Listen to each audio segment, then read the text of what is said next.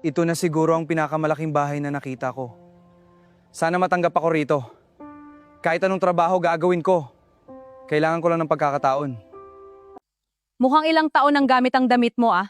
Sigurado ka bang dito ka magtatrabaho? Di naman mahalaga ang suwat. Ang mahalaga marunong ako magtrabaho. Tingnan natin kung hanggang kailan ka rito. Ikaw ba ang bagong hardinero? Opo, ma'am. Ngayon po ang una kong araw. Mukhang masipag ka naman. Salamat po. Sisikapin ko hindi kayo biguin. Mabait pala ang may-ari ng bahay na ito.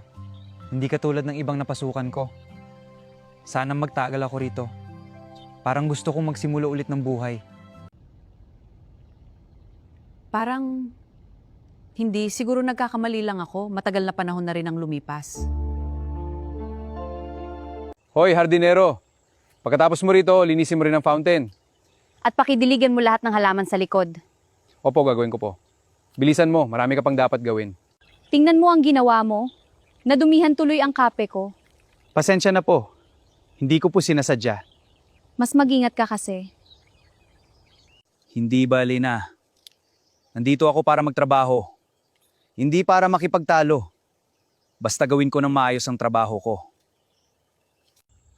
Hindi ko kailangan patunayan ang sarili ko sa kanila. Basta alam kong ginagawa ko ang tama.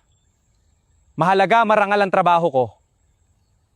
Ilang araw ka pa lang dito pero hindi ka nagrereklamo. Sanay na po ako.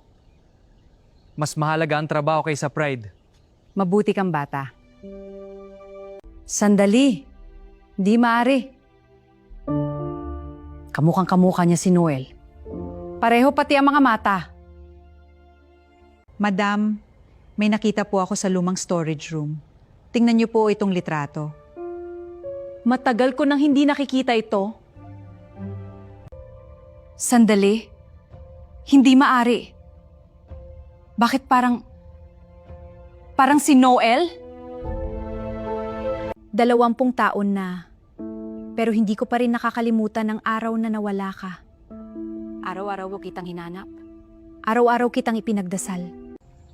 Ito na lang ang natitirang alaala ko. Hindi ko alam kung sino nagbigay nito sa akin.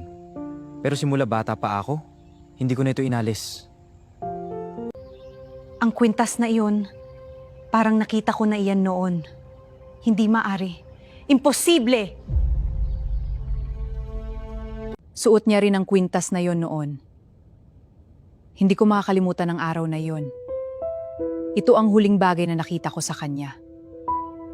Saan mo nakuha ang kwintas na iyan? Hindi ko po alam. Bata pa lang ako na sa akin na ito. Sabi na nagpalaki sa akin, kasama ko raw ito na makita nila ako. Parehong litrato. Parehong kwintas. Parehong edad. Ano ba talagang nangyayari? Madam, kailangan makita ni Madam to. Ito ang ulat nung araw na nawala ang bata.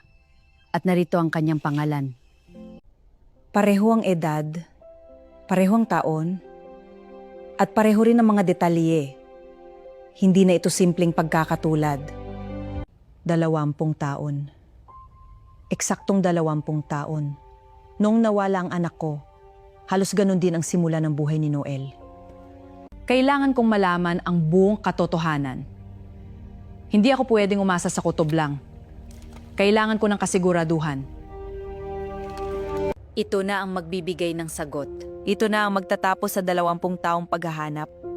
Sana handa ko sa katotohanan.